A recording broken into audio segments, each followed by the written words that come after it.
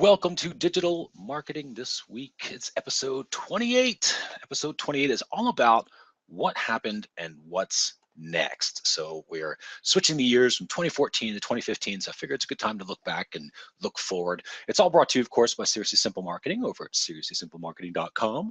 My name is Chris Mercer, optimizer, content developer, host, of course, the Digital Marketing This Week. And just call me Mercer. Okay, so this week's focus topic is all about trends. We figured it'd be a really good idea to go back and take a look at the trends throughout 2014 and then kind of what we think and what we, sort of see 2015 evolving into. Now, if you are watching us or listening to us on a pre-recorded and you aren't part of the Insiders Club, we do invite you to join us, and then you can actually watch and participate in Digital Marketing This Week live, because we actually have an Insiders Q&A that we do after kind of this official content portion. And it's a great opportunity to ask questions and just sort of get some advice on stuff that you're doing. It's completely free, but it is only for insiders, and it's again, it's free, so you don't have to. It doesn't cost anything. It's just a matter of signing up. So just go to seriouslyssimplemarketing.com and you can do that there. Now, your goal, as with all of these, is to get one idea, act on that one idea, and then repeat that process, because it's really easy to get overwhelmed. Hopefully, with these trends, we're kind of covering these on a large kind of 30,000 foot level. But if you find yourself going, oh, I need to do this, this, and that, that's where you sort of want to pause, step back a second, just choose one thing to take action on, and then from there, that's once you sort of implement that first idea, then you go back to something like this, watch it again, and go, okay, now I want to take advantage of this next trend. All right, so let's jump into it. It is, of course, all about trends. What happened and what's next? And this is, again, our version of going into the crystal ball, kind of seeing what we've seen throughout the years, kind of what happened in particular for 2014, and then again, what we think is happening for 2015 and where we think as marketers, as online marketers, what we should be paying attention to.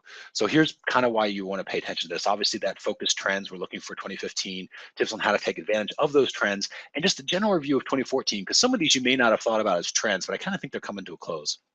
And of course, we try to give as much value as can. So more and more and more.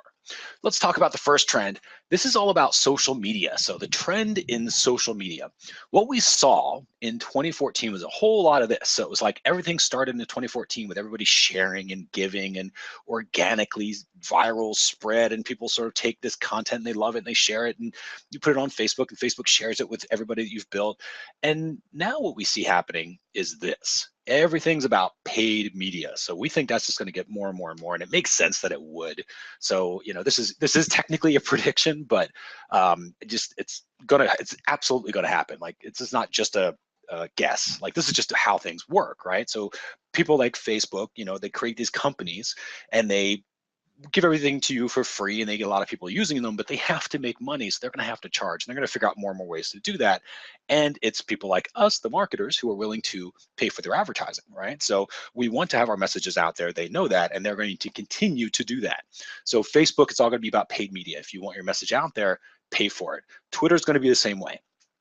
Twitter right now is aggressively trying to find their footing financially, and it's going to be through paid media of some sort. There are people that I know. I have not used these yet, but I'm real curious for 2015 to figure out how to use them. But in Twitter, you have cards. And so you can go on the Twitter stream and you can see these little cards where you can click on the little card and it pops up into the actual, they're advertisements, they're paid media, but they can do things like collect emails and go to sales pages, and they're a little bit more than a regular, standard 140 character tweet. So there's some interesting things that Twitter's doing, and I would expect to see more and more innovative approaches to marketing, but it will all be paid. So if you're thinking, I'm going to start with social media, I'm going to get my message out, people are going to share it. Like, yeah, you can do some of that for sure, and a couple people will, but by and large, the platforms themselves are putting up barriers to you getting your message out. So when it comes to social media, yes, it's going to be out there, and you got to pay attention and be involved, in your particular favorite channel, but it's all about the money. Like, expect to start paying for stuff. And as a real business, every real business I know has a marketing budget, and so should you. So as you start planning your business out, think about in terms of your marketing. Fortunately, and I didn't mark this as a trend, I probably should have, but fortunately right now, Facebook's relatively cheap because of the way that you can target, if you do that right. And so were things like Twitter. What happened with Google was it used to be super, super cheap with AdWords, and then it got a little more expensive as people became better at it and it got more competitive.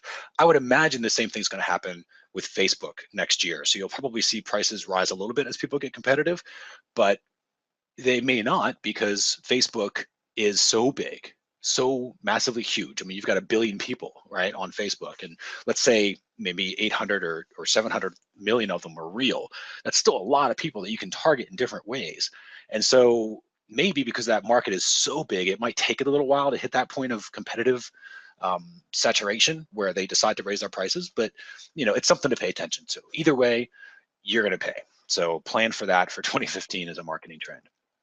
Next up, let's talk about the trend in mobile. So mobile devices, right? You've got a laptop, you got tablets, you got phones, and everyone was kind of moving from there. But what we've seen happen in 2014 was everybody started with this idea of tablets taking over the laptop, right? So it was like, oh, the tablet's going to take over the laptop, and that really didn't happen. What ended up happening was these phablets, so really big smartphones, right? So they went from these small little phones to these really big smartphones. Apple, you see, finally come out with the the iPhone 6S. So they're now finally jumping on the whole what they call phablet market, and that's cannibalizing the tablet sales. So tablets have not been as useful by and large, and so people use these phablet size phones, these phones that are maybe like a Note 4, Galaxy Note 4, or the iPhone 6S. They're big. They can be used as an ebook reader. They're great for checking email and for getting some stuff done, but they're not quite tablets, right? And they're not able to replace a laptop. So people will still get their work done on a laptop, but they are consuming more and more through the mobile phone. That was what we saw happening. Now that we've got phablets, though, we'll probably see a little bit more, which we'll get to in just a second. So as a marketer, your goal is to think about this in terms of, okay, how's my marketing message being viewed or being assimilated, right? And so basically it's people are, especially if you're an email marketer, and most of you, if you're listening to this, you should be, they're checking their emails on a mobile device, most likely a smartphone or a phablet. Okay, so now you've got these again, phablets being the bigger smartphones, but they're checking it on that handheld device. They're clicking on your links in that handheld device. If those links are not going to something that is mobile friendly, if it doesn't look any good, even if your emails themselves, I still get emails from people I respect as marketers, but their emails are these newsletter style emails that are super tiny on my screen, and I got to blow them up, right? You got to do that little 2-finger multi-touch thing and zoom in to try to read these things. Well, that's something I need to do in order to view their message. So they're putting actual barriers in front of me to get me to read their stuff.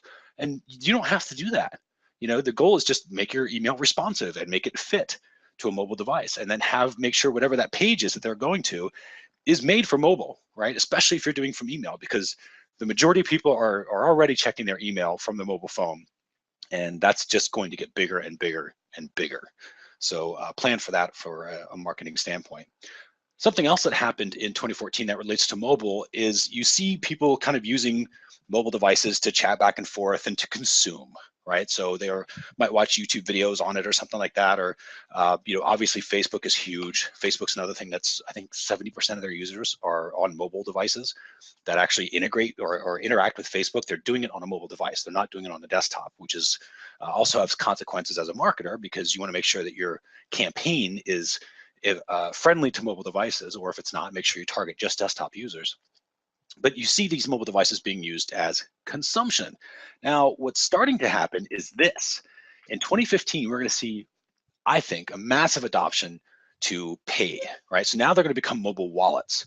And this is, I know, has happened in other countries already. So for our international audience, forgive us in the States, we've been a little bit behind on adopting this. But in the States, which is a huge, huge market, we're finally getting to the point where mobile is going to become this mobile wallet, right? And you'll be able to pay with things with your cell phone, but it's sort of waving it by. Now, obviously, the one that got all the press on this was Apple Pay, but this has been around for a while. And what we've had in 2015 is this perfect storm.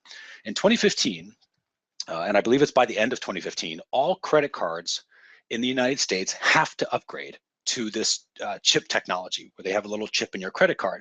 And this is for security, because in the States, our credit card systems are not very secure. And so finally, they mandated the law to force everybody to upgrade. But because of that, and these little chips actually look like what's on the screen now, with these little cards, these little chips that are up in the left-hand corner. So they're just a lot more secure as far as the data. Now, with that, the retailers have to upgrade their equipment so that they can scan, so they can basically wirelessly scan, right? So now you've got all these retailers that have to physically upgrade their equipment, which before could not just, you couldn't scan your credit card, you had to swipe it. So now, because you can just sort of wave your credit card over the machine and it wirelessly reads it because of these chips, these little RFID tags, because of that, the retailers now have the equipment, the credit cards will all have the chips. Now, because the credit cards have it, the phones already have it. Most of the phones have what they call NFC or near field communication. So now it's not that far of a jump for me to go to my Apple account if I'm an Apple user, add a couple of credit cards I like using, and then now I can just use my phone. Goes to my Apple account. Apple has my credit card information. Nobody else gets it except for Apple, and so it's a little more secure for me. I use Google Wallet. I'm an Android guy, so I use Google Wallet all the time. Wherever I can pay for something with Google Wallet over a mobile phone, I do.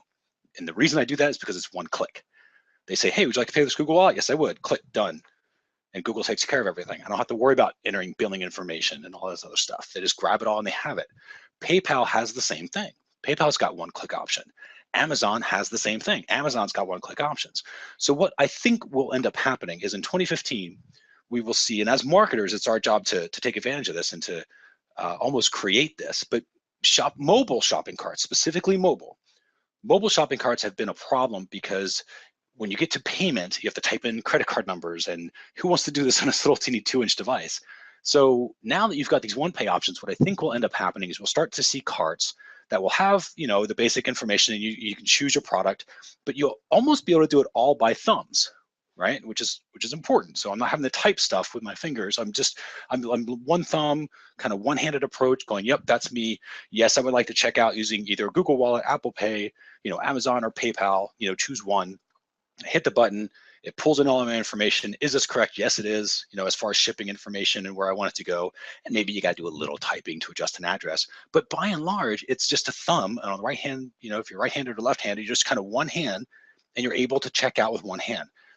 When that happens, there will be an explosion of e-commerce on mobile. And everyone always talks about how mobile is important, but mobile hasn't really been a converting factor in terms of sales for a lot of people because the cart process is so tough. But now the cart process, I think, will get so much easier that if you have been waiting on mobile, or if you haven't really put the effort into creating a mobile funnel or a funnel that looks good on mobile, and again, this isn't tough. You can using a WordPress site if your theme is responsive, which almost all themes are now, right? So unless you just haven't upgraded for a long time, it's probably time to do that. But almost all themes, especially things like Optimized Press, if you're using Optimized Press, it's already responsive. So things are already adjusting to mobile. But you want to take advantage of that, because if you're not doing that, I think you're going to miss those early pioneer days, which I think are becoming in 2015. And it feels weird to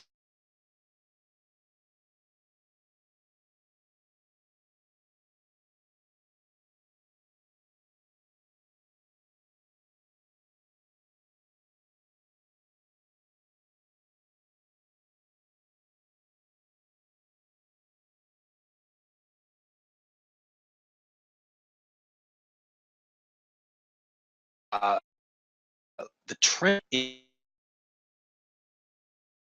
we're defining platforms as the things that you use to build your website, right? All the different pieces and parts. And here's sort of the stuff.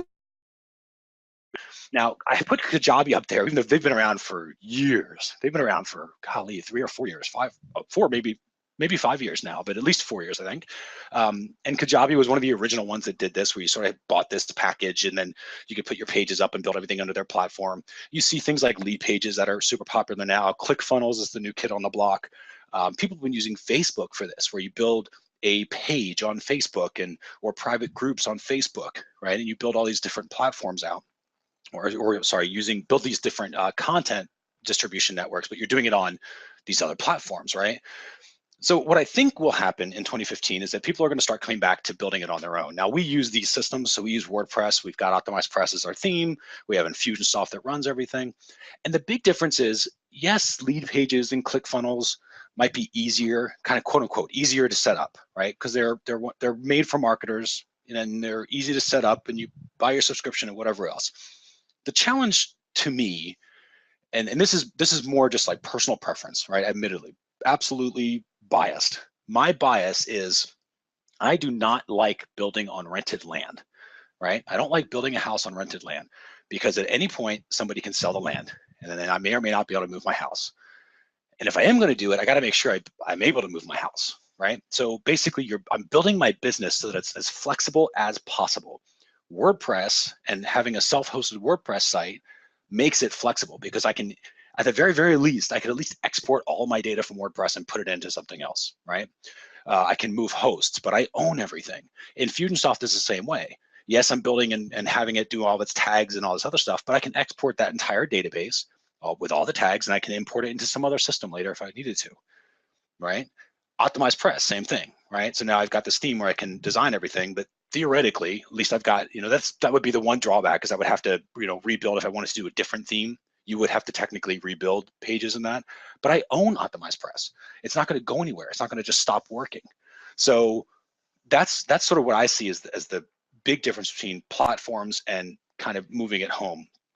All it's going to take is for one of these platforms to go down for a couple of hours, and it'll freak out lots of people. And then they'll kind of go like, man, I gotta control this, right? Because you're putting your business in the hands of these other vendors. And it's fine for using lead pages. And I know a lot of people that do this with things like lead pages or ClickFunnels. They use those pages to test things quickly. But then once they sort of got their winning funnel or that working variation, they then automatically build it on their own system. The other good thing about that is it's easier to track, right? So you can put analytics and stuff like that on your own site, where it's a little, not impossible to track through other pages like lead pages and things like that, but it does take a couple of extra steps. So if you're just building your business on these other platforms, and I know some people that are very successful that do that, they still put their stuff all on lead pages. Again, the problem is if you keep doing that, you're just building your business. So there's a point of vulnerability. If lead pages goes away, for whatever reason, something happens, right? Lead pages goes away, or there's technical difficulties and the servers crash. And this stuff has happened in the past. It will continue to happen in the future. People will hack things, right? It just will happen.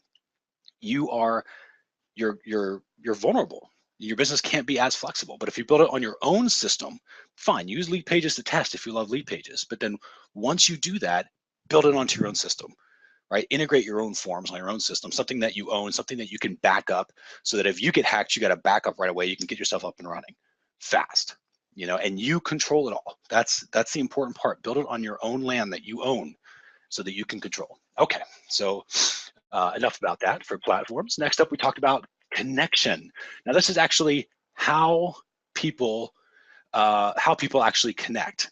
By the way, as you do have questions, if we've got some questions already popping up in the chat group, so feel free to put more in there, and we'll get to those after the Insiders Club for sure. Okay, so then connection. People were really connecting a lot with Facebook, and they were they're building groups on Facebook, they're building pages on Facebook. And what we saw in particular with Facebook this year was, instead of the Google slap of years and years ago, where Google was shut down accounts with no warning, we're seeing that now all over Facebook. So Facebook is shutting down pages, they're shutting down advertising accounts, they're shutting down groups.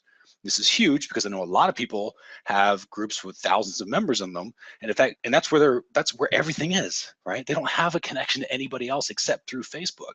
The problem with that is if your group goes away, you're gone. So we use a Facebook group, right? Serious and Simple Marketing, we've got a Facebook group.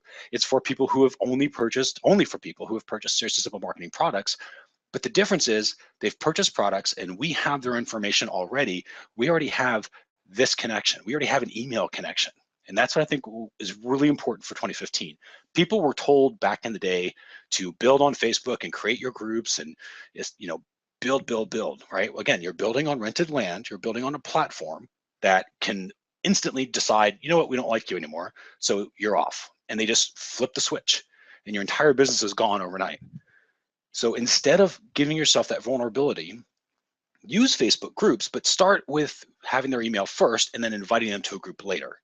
Or if you're going to have a group and you're going to do it publicly, do everything you possibly can to get their email address, because email is the ultimate connection. And everybody every year is always talking about the death of email. It's not going to happen. Email is going to be around for a very, very long period of time. It's going to change how we interact with it. But that mechanism of one-to-one contact is the most personal thing that you can do digitally. I give you my email address. I'm inviting you into a conversation. That's amazing. And the more that you can do that, the more that you can get people to do that, you can have these special one-on-one conversations. And again, maybe they read their email, maybe they don't, but at least you've got that invitation into the email box. And if they do that, and you can have that one-on-one conversation, you can have better quality conversations, you can get more results, yada, yada, yada.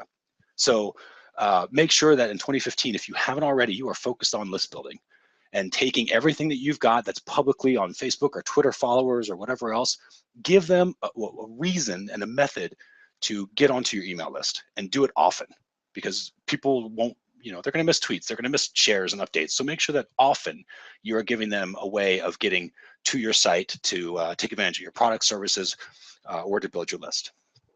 All right.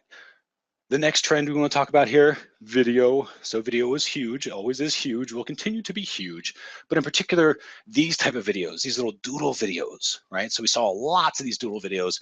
There are lots of doodle video creators out there.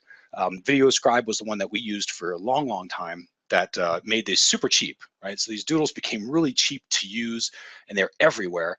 They're to the point now where they're all over broadcast TV, which is kind of when it's like played out now, right? So now Ford is doing doodle videos. Walmart, I saw Walmart actually doing a doodle video as a commercial. So when you start seeing it at that sort of level, okay, this wave has passed, right? So they're finally coming on board, which means the rest of us, it's over. So I don't necessarily think doodle videos are going to be a part like this. I think they're going to look dated, because if you're still doing a doodle video, it'll just look dated. Now, what I think will replace that, or at least be the next new trend, will be these explainer style videos. They call them explainer videos. And so there are some programs out there that do these. Let's see, I think there's one called Explaindio is the name of the program. And it does a combination of both. It allows you to do the doodle videos. It also allows you to do these character sort of animated character demonstration stuff, right? With these little cartoon characters are demonstrating how to do things. They're called explainer videos because it's like the character explaining how to use your product and service, or explaining the problem that the character's having, and they solve it with your product or service, or something along those lines. The other thing is that you'll see what they call kinetic text, so active text, where the headlines swoop in from the right or the left, or it's almost like watching something. I don't know if you've seen a Prezi video. If not, just Google that, Prezi. But Prezis are animated presentations where the text, the camera is kind of like moving in and out and zooming through the text, and it's kinetic, it's got movement to it. And so you still have the benefit of the doodle videos, and that's what made doodle videos really, really popular, is because there's movement. They were hypnotizing to watch because people would draw them out. Now they're going to be very trendy. They're going to be just sort of skipped over. Like, I think people are becoming blind to that. But these explainer videos, they're kind of different every time. Every single explainer video is different. Now, they all have the same general look, but again, you've got this difference in the cartoon character. You've got the difference in what's happening on the screen or what it's about. They tend to be a little shorter too. So that will be interesting in 2015, is video length, something to keep a watch on. But the explainer videos is something I would take a look at if you haven't already. Next up, trend in marketing. So just marketing in general, right? So one of the big things that we saw was the blind leading the blind. And we've seen this for a long, long time, to be honest. And this is where somebody comes up with something and then says, oh, look, we just tried an orange button. The orange button did great. But they don't really define what great meant. They don't know, we didn't see how many visitors that page had. We didn't really see the data behind that choice. We just know the marketer said it did good. So the marketer told everybody else about it, who told everybody else about it, who told everybody else about it. And then everybody starts using orange buttons. But what needs to happen in 2015, and what started happening in 2014, but definitely will be a trend in 2015 and continue to be a strong trend for years, is analytics, split testing, and measurement. So people are going to try something, they're going to look at the data is going to help them make the choice, and then they're going to try something else, they're going to look at the data is going to tell them the next choice, they're going to try something else, they're going to look at the data, right? So no more of this gut reaction, no more of this, oh yeah, this looked better, so we're going to do this. I mean, is one of my favorite things that I like telling people is copy beats design. So good copywriting is always going to convert more than great design, always. And we've split tested over and over and over and over again with these incredibly well-designed pages that people just gut it out and they go, this is a better looking page, so I want to use this. And sometimes the client will just want to use that, and so we convince them to split test it. Let's test this nice, pretty looking page against your ugly one that you want to get rid of because you don't like the way it looks. Well, the ugly ones always convert more. And I don't want to say always, but 98% of the time, it's a lot. It's definitely 9 out of 10 times they will convert more, because the copy tends to be distracting, because the gut reaction is wrong, because the data didn't make that decision, the gut did. And you don't want to trust your gut as a marketer. Maybe you start, when you start off, great, start off, get something out there, and it's more important to have something out there. But as soon as you get your message out there, throw up Google Analytics on it, get some split testing going on it, get some data from it. And when you can tell what's happening, then you can look at the data and go, okay, here's how my market is reacting. Here's what I think the next step should be. But the data is guiding your decisions, not your gut. So we see large marketers that have gone from 6 figures to 7 figures to 8 figures in revenue. This is how they're doing it. They're looking at the data. They're making decisions based on data, not on their emotion, not on their gut, not on what somebody told them would be good, and especially not on when somebody told them it would be good. So when somebody says, hey, this is how you need to do your next ad, great, split test it. It might have worked for them. It might be a great idea for them, but it may not work for you. So always split test whatever you're being told so that you can see if it works for you or not. And that includes anything that we tell you. So, I mean, just because it worked for us doesn't mean it's going to work for you. Always, always, always split test. Always have data to back up your decision. So that is a super, super important tip. Okay. Finally, let's cover the trend in advertising message. Okay, so the advertising message, the actual what the advertising is. And we've mentioned this before in past episodes of DMTW, but we wanted to put it in here again because this just feels like something really important that you should focus on. What's happened in the past is people shout out the world, right? They put their ad, buy my stuff, here's this, you want this, buy here, click here, opt in for this, get this, grab that, and it's take action for me, right? It's like I'm shouting to the world. What I think is going to continue to happen more and more, and it's going to be in no small part because of how Facebook has really slapped a bunch of people this year, and everyone sort of took notice. It's going to be about helping people pass their current hurdles, helping people with their solutions. And what I mean by this is when somebody interacts with your advertising, right, with any advertising that you're doing, paid, shared, otherwise, doesn't matter. Anything that you're doing that's advertising your company, right, putting your company in front of the market, that interaction that I'm having, whether it's on Twitter or Facebook or wherever it is, I should get some sort of benefit just because I interacted with that message. There should be some sort of benefit there. It should make me laugh. It should be, and again, I use that as an example, not that everything has to be funny, but that's an example. Like if I get some sort of dopamine rush, right? Some sort of hit, some sort of pleasure from it. If I interact with your tweet, let's say, because again, not a lot, maybe you got 140 characters, but you tweet something out kind of funny and like, oh, it's entertaining. I've gotten something from it. It at least has contributed to the user experience of me being on Twitter. And this is an important trend. Your advertising has to help make the user experience of whatever platform you're advertising on better. So think about this in the old days, we had newspaper and you just put a display ad and nobody thought about like, oh, well, how does this ad make the newspaper better? It doesn't. Newspapers didn't care. Facebook cares, Twitter cares, Google cares. If you make Google look like an idiot because you're putting up AdWords that are kind of deceptive, and it makes them go to a double opt, or it makes them go to an opt-in page, and they really can't get anything until they opt in, and then there's an exit pop. Well, that's what happened with Google. Made Google look like an idiot. They slapped everybody for that. They said, no, you can't do that anymore. Facebook is now doing the same thing. So Facebook's looking, hey, don't make us look like an idiot. Make us look like a trusted resource. Make us be this great thing for the user to interact with, and make the user want to come back to Facebook to see the next new ad. And so when you think about building your ads, even things like sales pages, when they click on the ad on Facebook, some sort of content like, hey, you can get, it's fine to say you can get your 12 steps to this, right? Are you having a problem with, setting up goals in Google Analytics? Here's a free PDF that we set up that you can grab.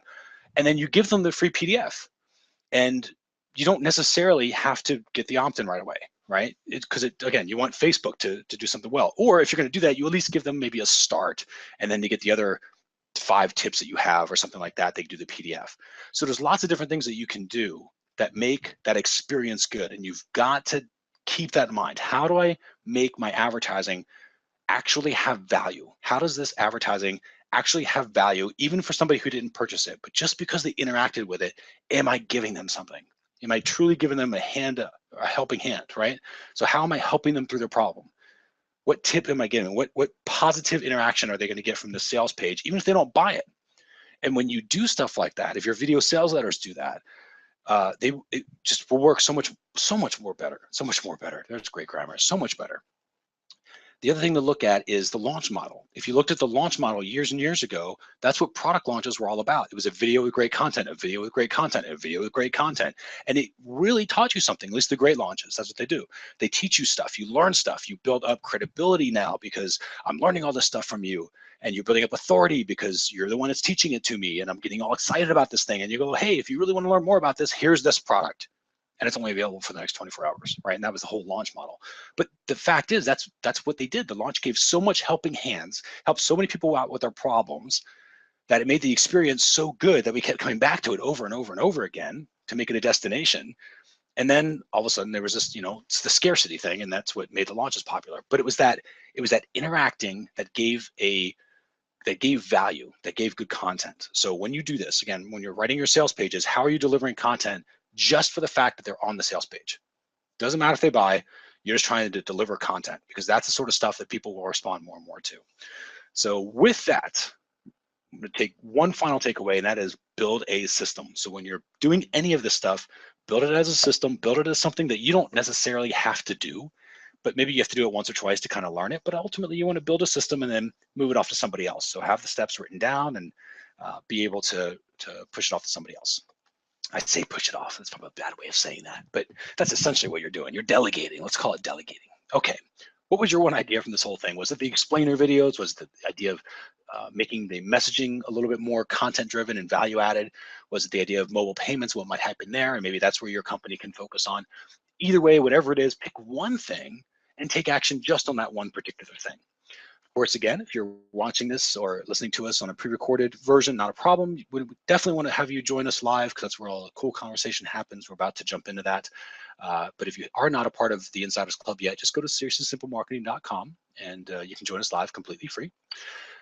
And with that, we come to the official close of Digital Marketing This Week for episode number 28. It's all about what happened and what's next. So thanks again for joining us, and we will see you on the next episode.